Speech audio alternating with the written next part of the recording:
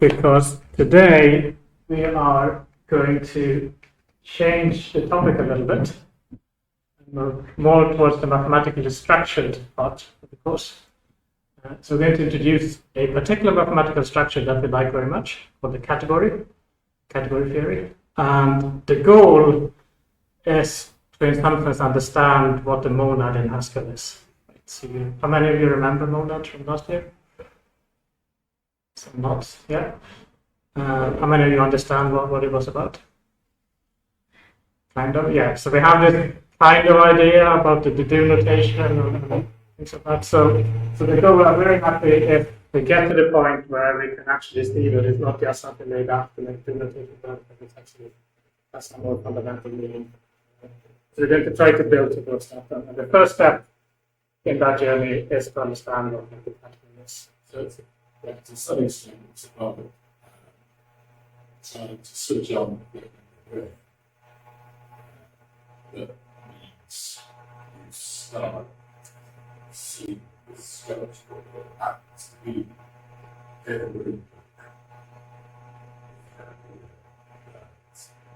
the way you need to, they won't ever really to explain structure, so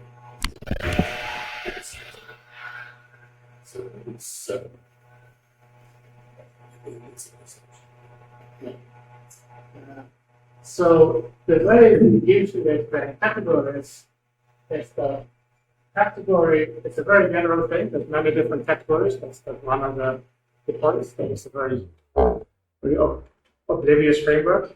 And the way we usually think of it graphically is that we have some collection of stuff.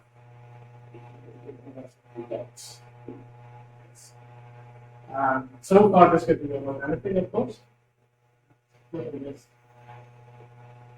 Category, according to the dots here, the objects. Category is a collection of objects, but so far I just described the set in some sense, the collection of things.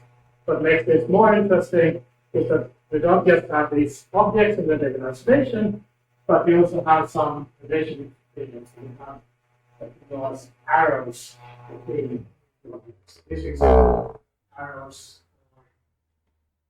you can see.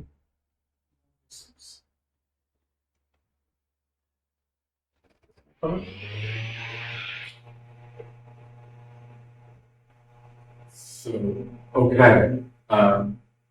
In particular, there's a category C that at least one draw diagrams like this diagram. So, let's to say, we could just be talking, we could merely be talking about these 5 dots and these arrows. One of the things that this diagram is about is itself. So you might not complain that there are some strange new words for the concept of a graph. The graph is a collection of dots with some arrows between them. So a category in a way is a special kind of graph, where we actually have some laws that tell us how these arrows behave. So the first thing we insist on is that for every object, there's always an identity arrow. So there's always an arrow from every object to itself.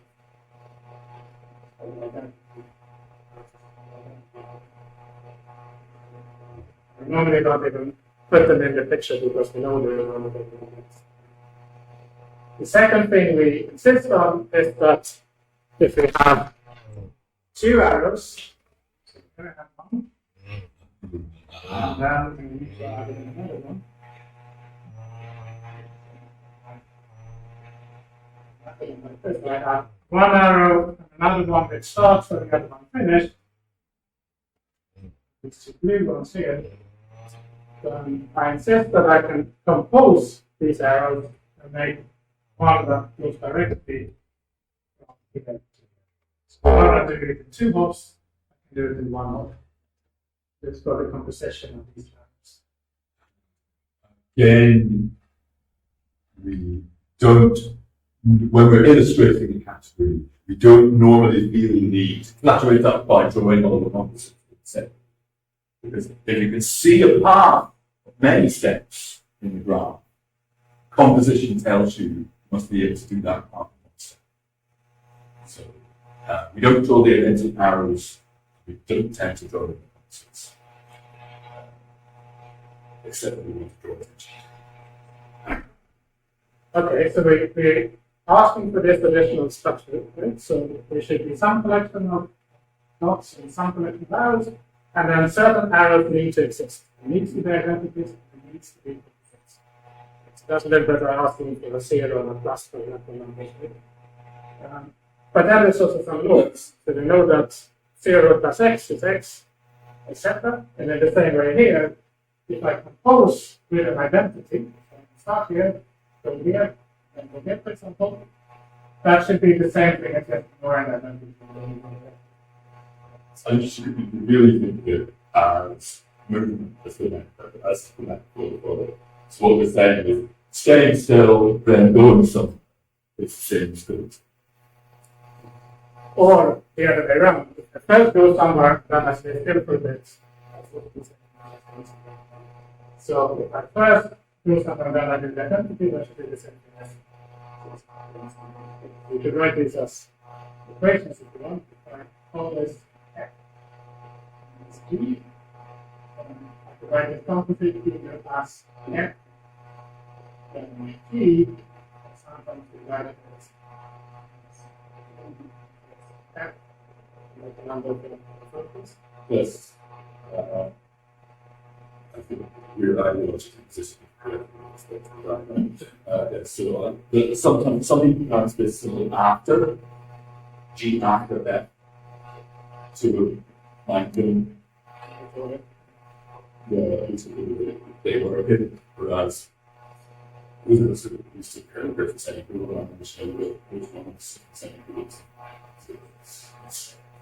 So the equations we have so far said that the first we have the identity. First is the identity. Supposing the identity. And the final law we need is that if I can take 3 steps, like this, then it doesn't matter if I first do these 2 steps and then that one, if I first do 1 step and then these 2. But it's saying that I compose F then to H. There's 2 ways I can put the brackets in, right? Like this, or I can put it in like this. And the actual system doesn't matter if we're doing Okay. Yeah. So. Yeah. So there's the way to think about this is that only the sequence matters, not the pairwise group. It's like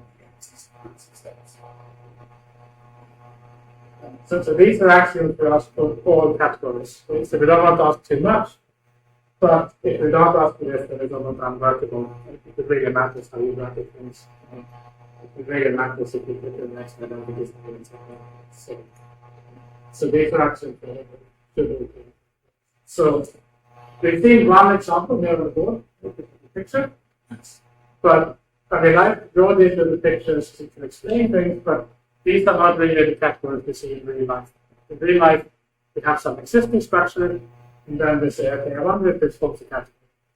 So let's look at one example of this, namely the category of sense. And the undefined categories and large figures. It's not really a so it makes it a bit easier, but perfect. So now, what do I need to define in order to define sense? I have to say what the modules are. Right? I have to say what the morphisms are. I have to give an identity morphism and a composition. And then I have to prove that for these prices here, how do you satisfy these equations? So very often that constructing a map wants to connecting together things that we already know. We already have some clue what the relationships between them. We just don't know what we're doing. This is not going to be a real test. So that's it. So and there's another way to go. The full categories, we have some objects we care about, unintended, such as sets, and then we make them the objects of the category. And I'm going to say about the object of the category of sets. I'll give them my sets. This is the typical thing, right? The type, what comes here is the type usually begins with a capital letter, there's small letters after it. And then we'll say, actually, you're going to notice the structure of these things. We end up building a category of counts. So I'm saying for every set you can imagine you kind of have a little dot in my category. Right? And after number gives a dot, after number, number gives a dot, etc. Okay, and then I have to say what the morphisms are. And morphisms will say they are the arrows. Right? The arrow is between two objects. So I'm saying what is a morphism from a set A to a set B, because now it's an object again by sets. And again, this is not going to be anything weird. What is a way to go from this set to that set, but it's function from this set to that set. So let's say the morphism from A to B are given by the functions. It's a choice of making, but it's quite a natural choice. So I'm thinking that the object, the sets, and the arrows as functions between them. Okay? And then I need to have an identity function. So this needs to be a morphism from a set A to sub. I need a function from HA. For every A. Okay, so can we think of a function from HA? It's going to be the identity function. Certainly. Especially if you don't know anything about what it's the original.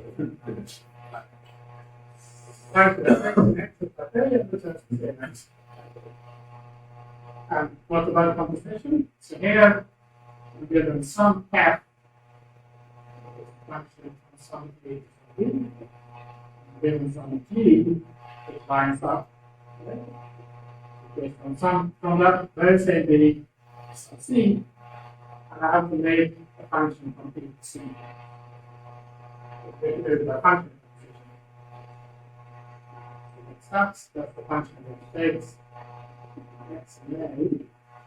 Now I have to say c, but b is going to give me something in c, if I give it something in b. X is going to give me something in b, if I give it something in a, but I have an s. So this is a function of b. So the composition of this category is given by function.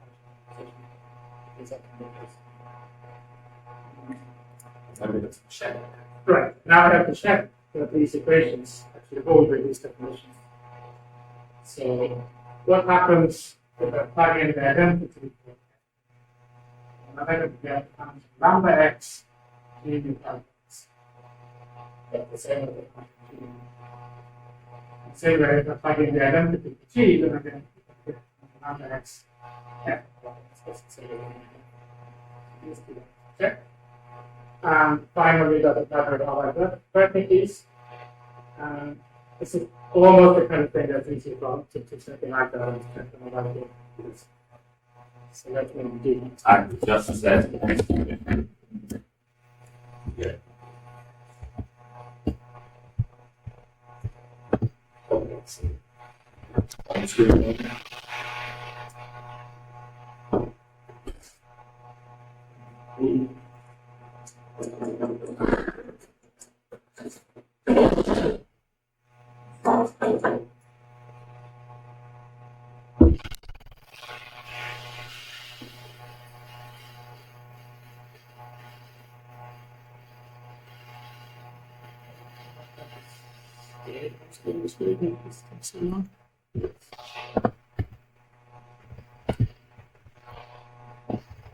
Cost to achieve.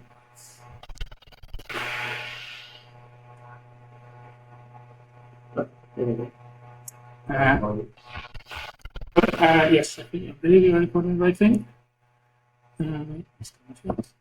Yes. Okay, so here's the definition of a category now. Right? You see that there is a set of objects, and for every two objects, there's a set of homomorphisms. This is sometimes called hom. There's an identity morphism from A to A for every A, and there's a composition operation. Takes you from A to B, B to C to A to C with these equations.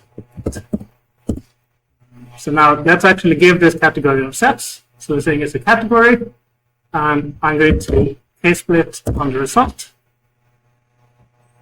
What's happened now?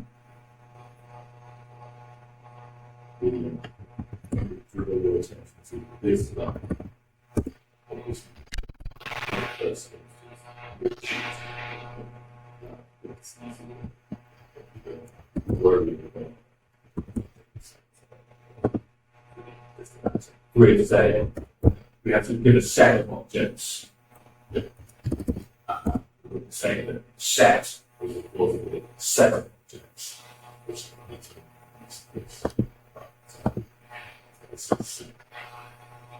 this is the version.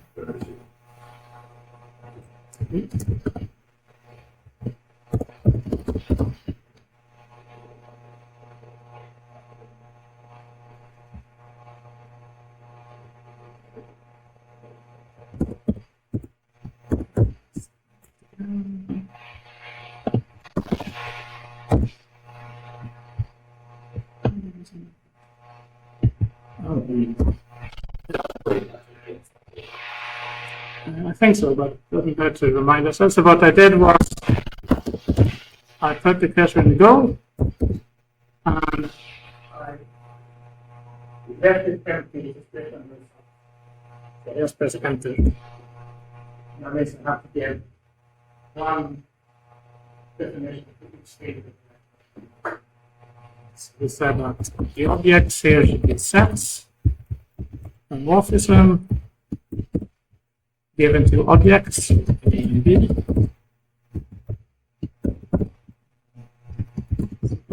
Functions B. The identity. G.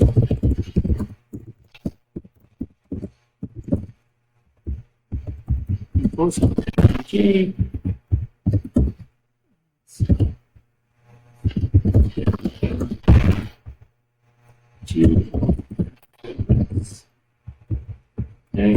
Here now we have to check these equations, but they are sufficient. See that we have the goal and add that over the normal.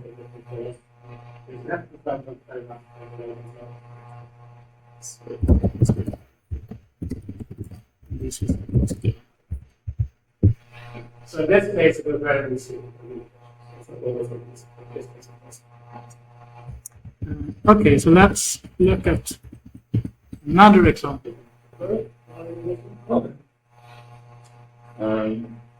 Okay, so now we often find that notions of sets that have extra structure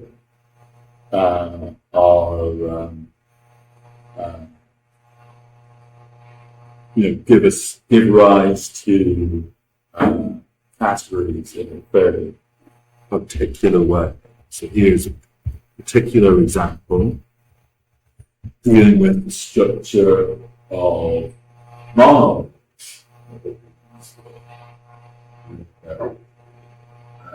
So a monoid is a set equipped with some sort of belonging together operator.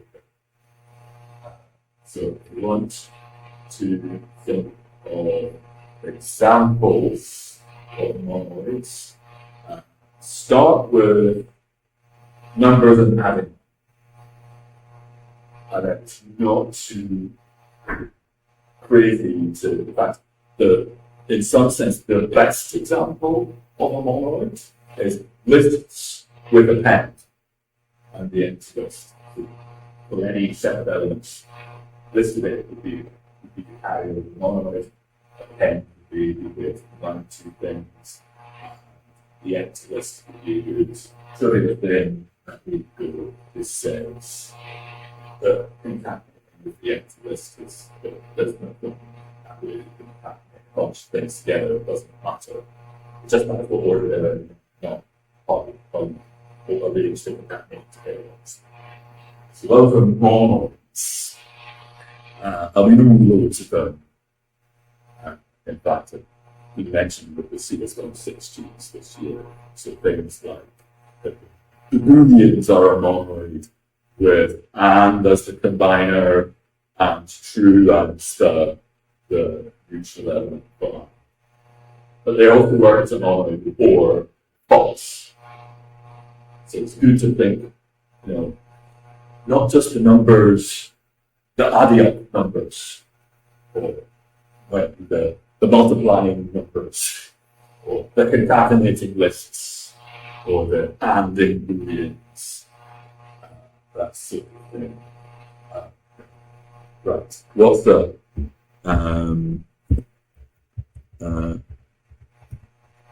monoid homomorphism? When it's at home.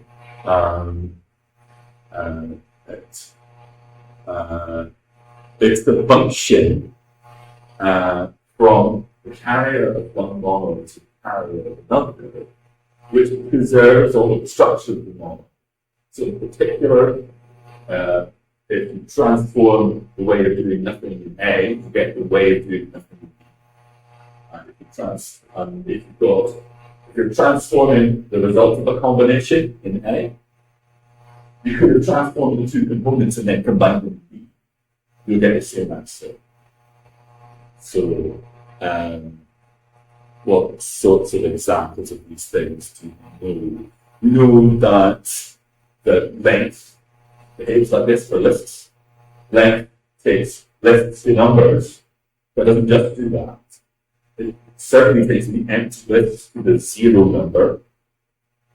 And if you've got two lists, and you measure their lengths and add those lengths up, you get the same answer as if you concatenate the lists and then measure the length of the thing. Lots of other fabulous examples. De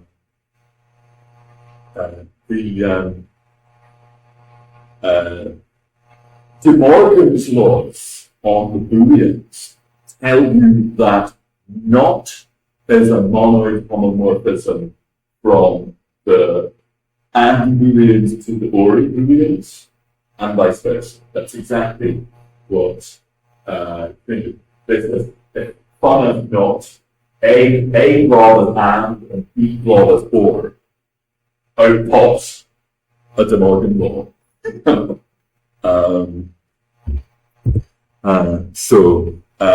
Monoid homomorphisms show up all over the show. Okay. Then here's given us a little technical thing, which I suggest we look at the typing of things get less. So it says that what do you need to do in order to show that you're monoid? It's enough if the underlying function. You don't need to worry about these proofs.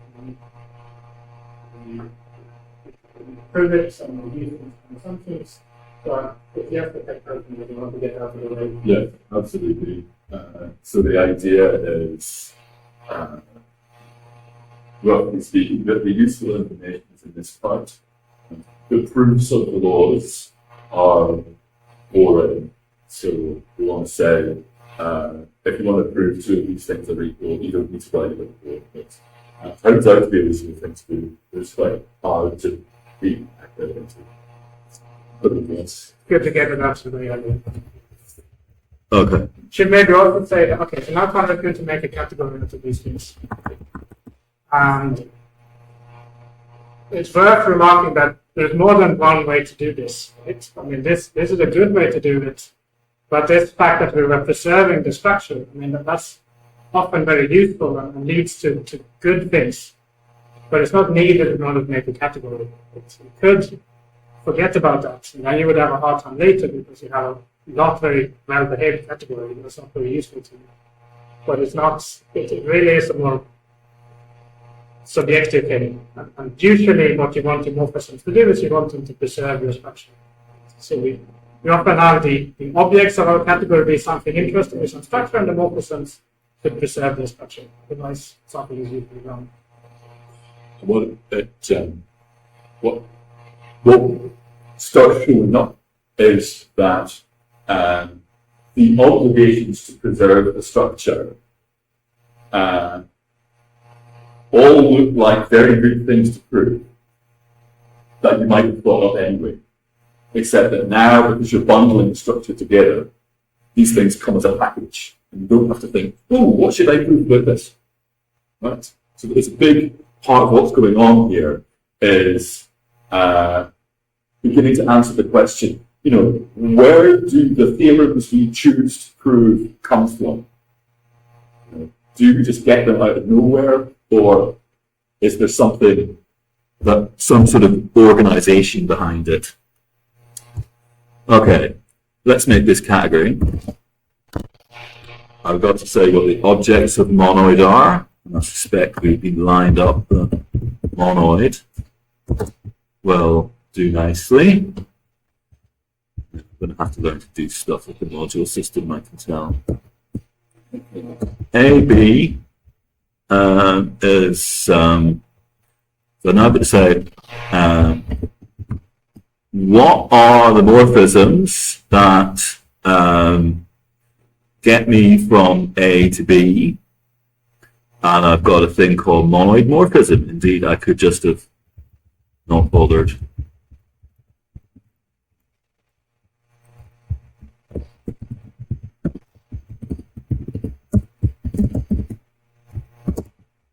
Okay. So now I have to give the identity monoid morphism for an arbitrary monoid K. So let's see what I have to do. I have to write one program and check a bunch of stuff. So Monoid morphism is also record, which makes sense to use school. So I've got to say, how do I get between the carriers?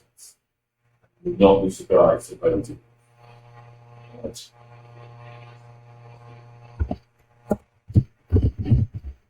I name the input and I just give it straight back as the output. Okay, but then I have to check some stuff. However, it's not going to be very surprising, right? If I fill in these statements here, if I make fun the identity function, these equations are not going to be very simple.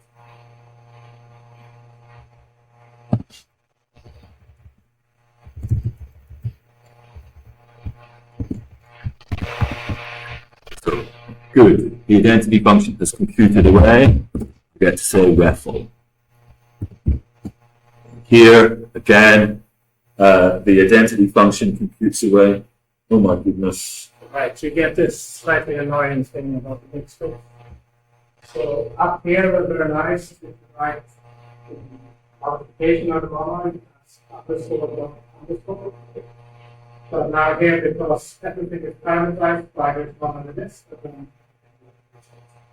so in the first position, we will put the monoid list, and then in the second position, really would like to take this, which is X times Y. Yes, when we were in the scope of one particular monoid, our combined operated to two arguments. But now it's generalized as a projection from the record of monoids. It takes three arguments, namely which monoid and then two elements. So probably the lesson here is to not use it. Yes, I fear so. I fear so. That's why I didn't put the composition. I called comp rather than something due to the semicolon, for example. Yeah. Okay. So you're going to give me X and a Y. And I'm going to say raffle. Okay. So next, I have to give a monoid homomorphism. Did you give me a constructor? No, you didn't. Oh well, I'll put.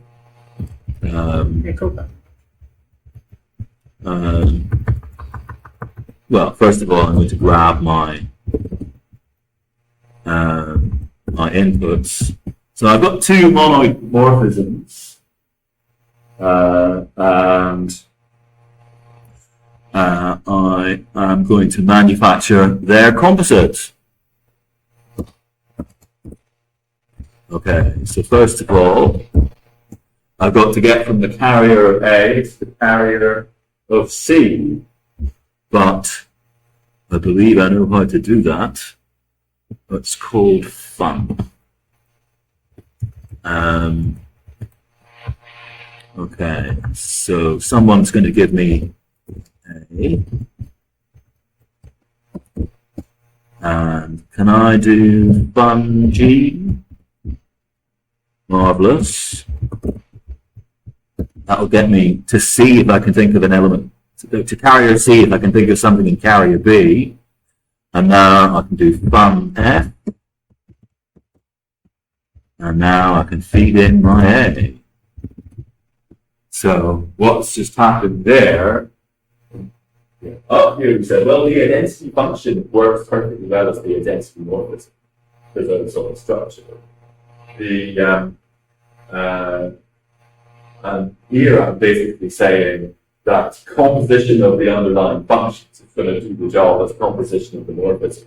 It's just, so the actual machinery of functional programming hasn't changed on the data. What's all the actions in the proofs? So let's see if I can do this. Trouble is that the Unicode recipe is one I struggle with. So here, in order to show that the composition of two monoid morphisms is itself a monoid morphism, I have to show the recursive with the identity and the composition. So what have I got here? This thing isn't going to compute any further. We don't know what F is, we don't know what G is. And we don't actually know, to say, we don't know what these functions are. But we do know some facts about them. Maybe I'll type. Okay, so we know that each of F and G preserves the neutral element. So we should be able to do some facts. So that's what we know about F. So do you want me to maybe rewrite? Or you rewrite them. When you're in a hurry, rewrite them. See here, we turned our inner bottom of the neutral element into just the neutral element. The neutral element is better. Now we play this in here. And no prizes for best and will be next time. One. See what we got here. We've got slightly ugly. We've got a fun F and a fun G tuning up outside the S line 1. We've got a law that says we can shove them to the inside. So we just work our Q one step at a time. So after our first step, we've got fun F on the inside. Our composition is a B composition. We've got a G on the outside. G. T. Okay. So that gets us some of the way there, but we're not all the way there. Because I need to show that this notion of composition is associative and absorbs the identity on the left. Right. And we should be reasonably confident that this is going to work on the grounds that what we basically said was that a monoid morphism is a function on the carrier set that is particularly well behaved. And we know that functions do the associativity, function composition does the associativity and identity thing. So which is particularly well behaved. So we've got this. We know that we're allowed to say two monoid morphisms are equal if their underlying operations are because here we want two compositions are equal, right? And they are Monoid homomorphisms. So that's this thing. And we don't always guess that the underlying functions are equal. And normalize that. Go back where we were. Good again. So, reduce the problem of yes.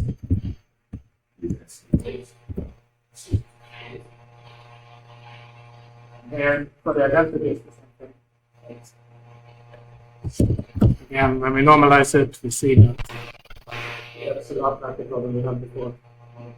It's not exactly the same on both sides, just the fact that a lambda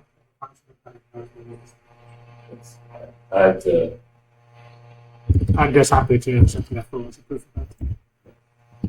The other way around. What act does when there's two functions? It makes up a variable to control. What keeps that variable to function? And then we get the same thing out this time. Okay, so we have a little bit more time. Give me one more example. Okay. So the goal today is to show you some different examples, and then on first we're going to see how we can do things. Because I hope you'll see that it's applicable in many different situations, but of course it is impossible different. I hope you're also thinking, these monoids, they've got associativity and identity going. What is it? There's a thing that does nothing and a thing that puts two things together and there's two things together. What could possibly be going on? Yes. Right, so should we do the complicated part for that? Let's do this Let's one. do this one, okay. Just let that Yeah. So here is another thing. It's a preorder. So it's a preorder given by a carrier set again. And then we have some structure on it. This time it's an order relation. And then we have some axioms that says that this order relation has to be reflexive. So this X over certain bit has to be X. The transitive. And here I'm also trying the proposition I'm meaning that any two proofs of the order relation. Yeah, let's say this. There is no information in one of these proofs other than that the relation holds. There's no two ways of doing it. So, good example to think of here is this ordinary less than equal of an actual number of that would be fine. You don't normally worry about how many different ways it's to do less than one. Three is over less than equal to 3. 3 is less than 5.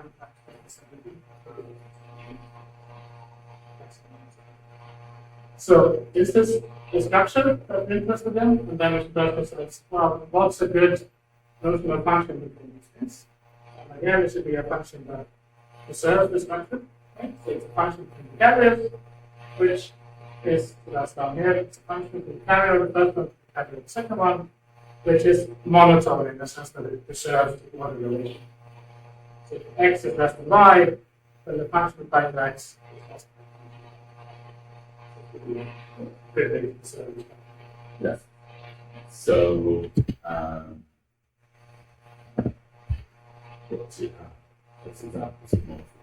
Things like doubling natural numbers, or adding fixed constants.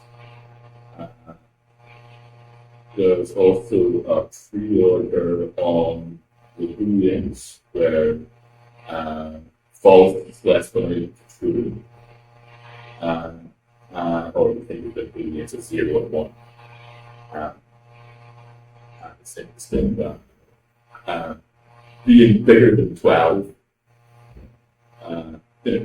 testing whether a number is bigger than 12 is a monster map for the numbers to be. If you feed it in a number, you get 1 out of x, then you'll make bigger than 12. Make them bigger, you see them. Many operations on booleans are monotone, right? So and or etc. But not if you think about it, it's not. It's a split in the middle.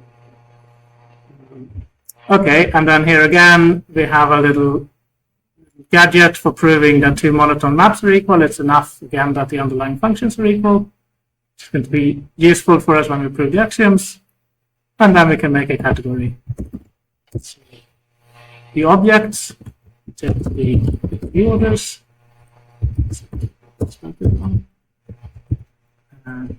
The homomorphisms take to be the maps. Okay, what's the identity? Well, it needs to be a function from A to A. So M and it is the identity function. So that's often how it goes with these things. The underlying function is the thing you think of, and then you just have to make sure that it has the structure you want it to have. So in this case, it needs to be monotone. So given x and y, and proof x is less than y, I have to produce a proof that x is less than y. So that's easy, I just use the same proof. Composition, given monotone map E, make a monotone map. And again, the underlying thing is going to be session of the underlying things.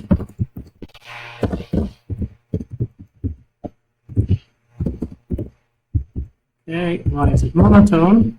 Let's see, so we're given x, y, and proof x is less than y. And now we have to produce a proof. Any of that, that's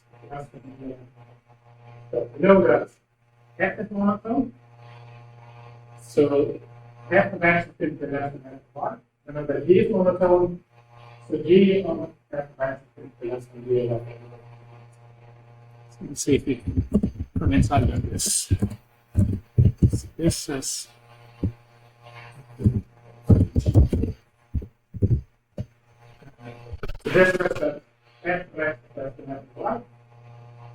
so that's a proof I can feed to monotone G. Get the underscores here. Yes. Okay, so it's the same thing again. The pieces are structure preserving, and then the whole is structure preserving.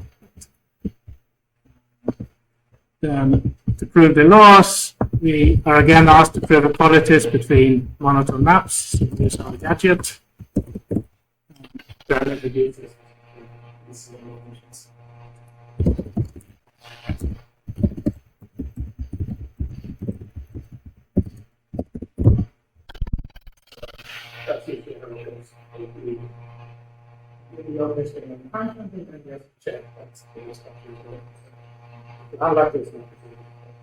I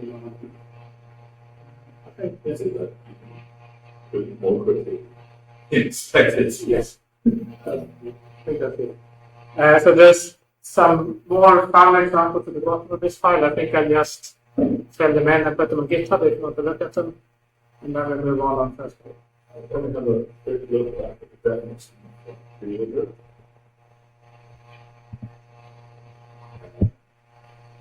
So what we got some parameter, something that gets you from one place in the parameter to another.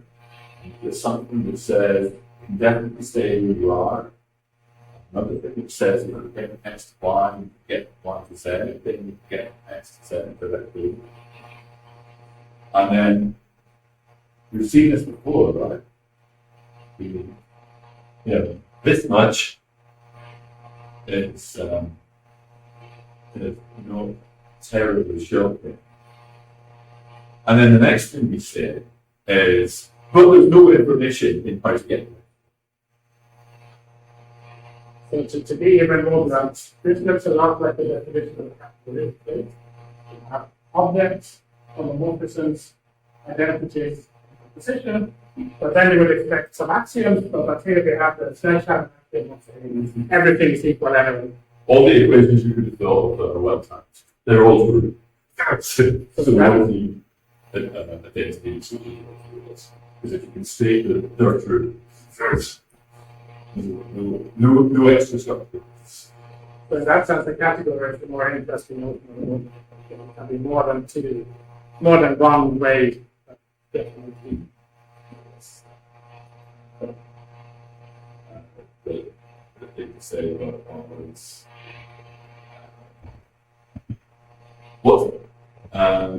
what's missing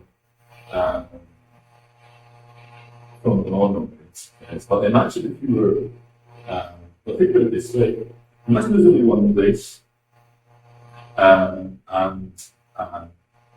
I can stand still in the place, that's the operation, but there's also an operation which enables me to pop on the spot, hopefully only once.